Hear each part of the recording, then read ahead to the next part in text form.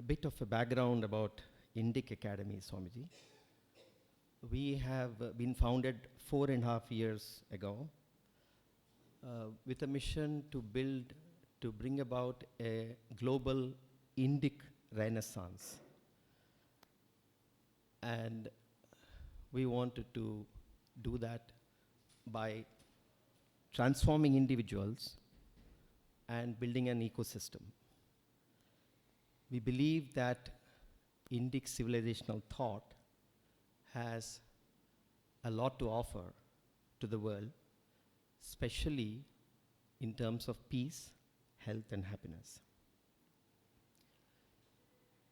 Our mission and our strategy, when we talk about transforming the individual, is we do it with a strategy what we call as self, selfless, and self with a capital S. So first we try to help people discover their swadharma as to what they want to be, what they can be, and then make them think about themselves as social entrepreneurs and offer their knowledge and wisdom as an offering in the form of nishkama karma. And finally, when he or she is prepared, they can pursue their true self. So we try to cover all these three aspects when we are seeking to transform the individual. We define ourselves as a non-traditional university for traditional knowledge. This morning, my friend Arundhati was talking about how the vision of Swami Chinmayananda in terms of Gnana Yajna that he started, he felt that he was starting a university, an open university. So I was very happy to hear that from Arundhati, that we are also defining ourselves as an educational institution. But we are unconventional because we are trying to do it outside the classroom and outside the curriculum. And our target students is not the regular student. We are looking at students who are public intellectuals, who are housewives, who are retired people, who are seeking pursuit of moksha.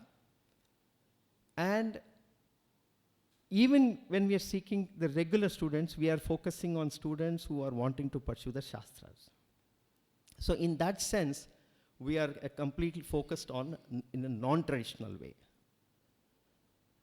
Over the last few years, 4.5 years, we've done several innovative initiatives. And thanks to Nagarajji, specifically we have started a center called Inter-Gurukula University Center. So we are trying to bridge a gap between the universities and the Gurukulams. And we try to focus on Shastra studies, Indology, and Indic knowledge systems. And again, try to build a bridge between all these three things. And this idea was that we did not want to be like a regular university because we did not want to be caught into the UGC regulations and the myriad of controls that they tried to do. And we wanted to be flexible. And we also want to achieve scale. So this concept of inter-university center is to become a hub for research, designing courses, and delivering teacher training programs to universities that want to offer Indic knowledge systems or Shastra studies in their respective universities, anywhere in the world. So we will have ready-made modules prepared for all aspects of our traditional wisdom so that we can become a teacher training hub. And that's how we can achieve scale. Insofar as actual events are concerned, we have recently done an international Vakyartha Sada in Varanasi, which I believe it was held after 70 years, where people from Bhutan, Nepal, and all over India participated. It was a very big event. So we are trying to promote the study of Shastras and through scholarships and through Vakyarthasadas. We also want to become an open university so that people can study with the gurus under the Gruha Gurukula system, but they come to us for the semester exams, and the end of the period, they get a certificate. It's again, an open university for Shastra system. We have right now funding a model like that, which is a very successful model, called the Tenali exam, which is being run for the 40 years by Anjaneya Sharma Garu. So we want to duplicate that. We are already supporting 39 students. One of the students recently got an award, and he was recognized by the Prime Minister on Twitter. So that was very heartwarming that one of our students whom we supported was recognized by the Prime Minister. So in terms of events that we are trying to do, we did a conference on Vedic mindfulness, conference on Oneness. We are planning a conference on yoga, a conference on Indic gender variance, conference on indigenous feminism, conference on Indic environmentalism. So we are searching for areas that have not been dealt with before so that we can cover that. And this initiative, I tried to search to find out if was there any conference of Advaita Vedanta in the last 70 years. I couldn't find it. Nagarajji was saying that there was one conference in Telugu on Telugu literature and Advaita. But this kind of a comprehensive with various themes, which Nagarajji will deal about, I believe has not been done, but we need somebody to certify that. So our goal is this kind of a transformation and bringing about authenticity in our traditional teaching. And that's what we are trying to do. I have my colleague here, Vinay Chandra. He's heading this initiative called Indica Yoga. We all know that yoga is very popular, and yoga has got so much of dilution that has happened. So our attempt through Indica Yoga is to bring back authenticity, immersiveness, and transformativeness. So we'll be shortly announcing a conference also to that extent. And as far as building an ecosystem is concerned, we are having a tie-up with several universities. We have signed up collaborative agreements with more than 11 Sanskrit universities around the country. So we have a collaboration wherein we are looking at how to engage with them. We have collaboration, our first collaboration started with Chinmaya Vishwavidyapeeth.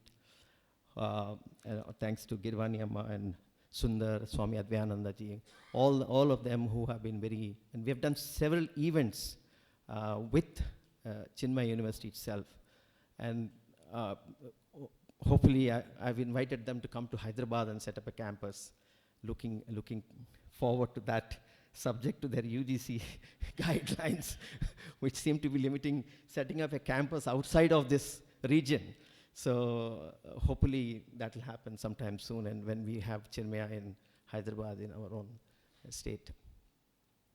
So collaborations and building a network of engagements is one aspect that we are doing.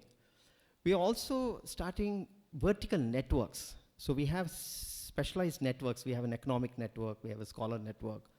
We have several networks.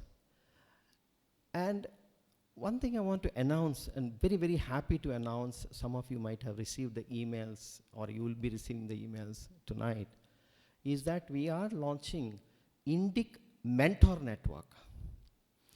The idea, and this is powered by a platform called mentorcloud.com. It's a Silicon Valley-based company, and that is a platform wherein if you can just sign up if you want to be a mentor or a mentee, tell what subjects you have, give your calendar there, and somebody can search, and if they find you, they might reach out to you, and then you can mentor. So the actual transaction of dealing with one another is between you both, and this is just a platform. So this way, we want to sign up scholars from our Indic wisdom, from our Shastras, from all universities. And we want to compensate them on behalf of the mentees, so that the Shastras also get the compensation. So we are just launching this under the blessings of Shankar Bhagavan. And then we have a grant scheme. So we have emerged in the last few years as a significant grant giving organization. So anybody who wants to do a project or scholarships or events, or anybody wants to attend the events, all kinds of grants, and you can check our grants page on our website. So we are becoming a hub for grants. So now even endowments are reaching out to us and saying that we want to donate in these kind of causes. So would you be able to do it? So we have such kind of an engagements. So this way we are building through collaborations, through grants, through these networks. We are building an ecosystem. So that's the second aspect of the kind of work that we are doing.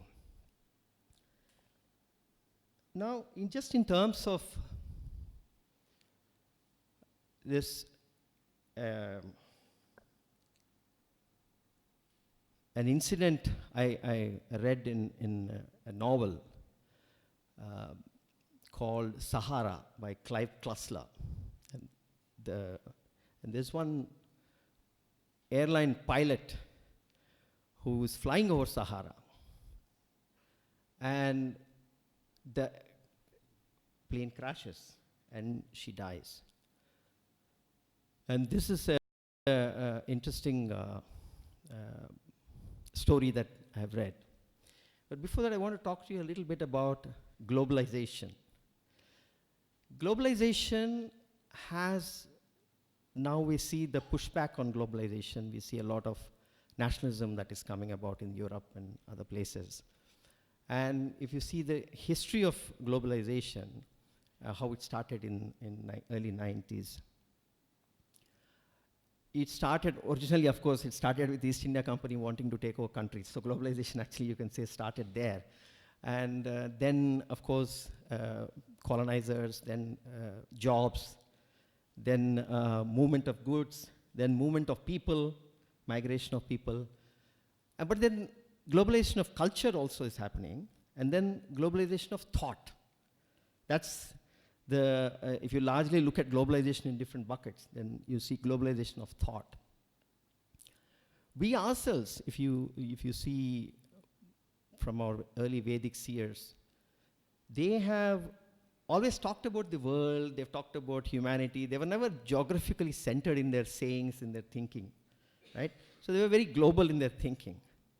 And then I think in Manusmriti, the much maligned Manusmriti, there's a mention about India's destiny as a Vishwa Guru, so that we are Guru to the world. So that's another form of globalization of our thought. And then we have Adi Shankara, who was born in this land, in this very premises. And then how he went about unifying India, unifying our thought, unifying our practices, unifying Vedanta, Mimamsa. There's several aspects of unification that he has done. And then he was anointed as Jagat Guru. So Vishwaguru, India, and then Jagat Guru. And then we ask yourself, why was he anointed in Jagat? There was no history. I mean, if you actually look back, there was no history of, say, Chanakya being called as Jagat Guru. There was no, he was anointed as Jagat Guru. What went into their mind? Maybe they saw that one day that Advaita would be needed by the world.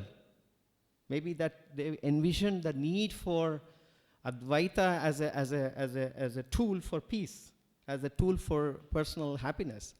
And then they said, look, his dear world, here is Adi Shankaracharya and he is Jagat Guru. Right?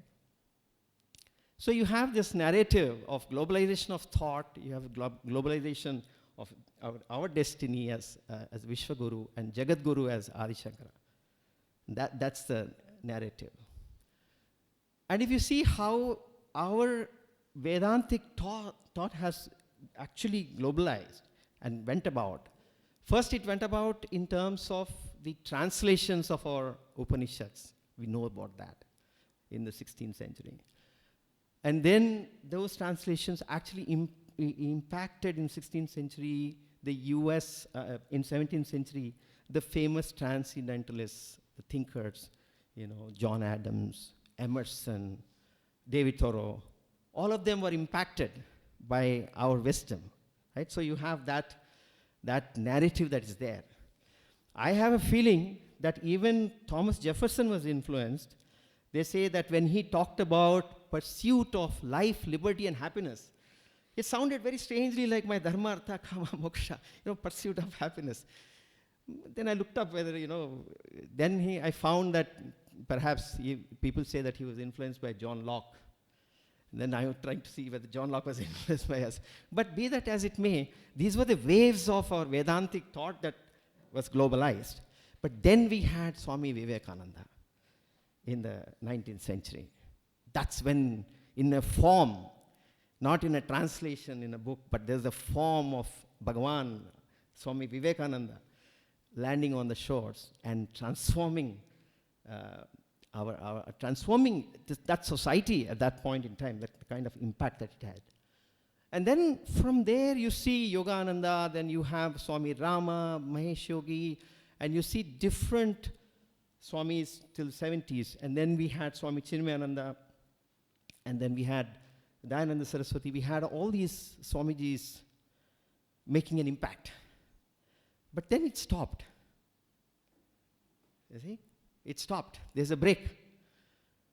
This break, if you ask, about 2 decades back, it was almost like as if entire America was going to be converted into Hindus, and because of this wave, everything was Vedantic. Star Wars was Vedantic. Everything, there was influences.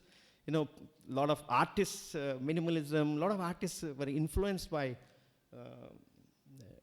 I went to a minimalist sculpture gallery, and the first thing was there was a saying about Rigveda. So all that kind of a momentum was there, and then it stopped. And then the global heist of our Vedantic thought, our Indic thought, there was the thieving started. And this has been documented beautifully by Sri Rajiv Malhotra ji, who's come up with this unique theory of digestion. And you see several examples of how people do a U-turn and then go back and say, no. And then what happened was that they are practitioners and they don't want to acknowledge suddenly. So then they go to their academics, to Lordess W, you know who she is, or Lord P, and say, please help us. We don't want to acknowledge anymore. So then they'll come and then say, okay, we'll grant you blessing. Let's erase. Let's discontinue. This is not Hinduism, or this is not Vedic, right? Let's erase. Then they'll go back. No, but this is obviously, we cannot deny that it's from India. No. They say, don't worry, we'll bring in Buddhism into picture. Let's put everything onto Buddhism. So they created a new concept that Buddha has influenced Mahabharata. Buddha has influenced Ayurveda. You can check the Ayurveda site. It talks about Buddha's influence on Ayurveda. Buddha has influenced Upanishads. So everywhere, and then Buddha, they've created a new God. They're creating a new God as we speak. And I call it a Western Buddha or a white Buddha. And then they put what they don't like, they remove. Even Buddhism has rituals. Buddhism has karma as a central theory, as moksha, liberation and enlightenment as a central theory. So they don't want to, because if they say karma, then they have to remember, they have to agree to rebirth. So they want Buddhism without rebirth, which is such a central thing. So they are creating this new concept called Western Buddhism. It's fair enough if they want to create a God. We believe in pluralism. We create gods. Every village we create a god, goddess, our own goddess. So they want to create a God, no problem. The problem comes because they want to vilify us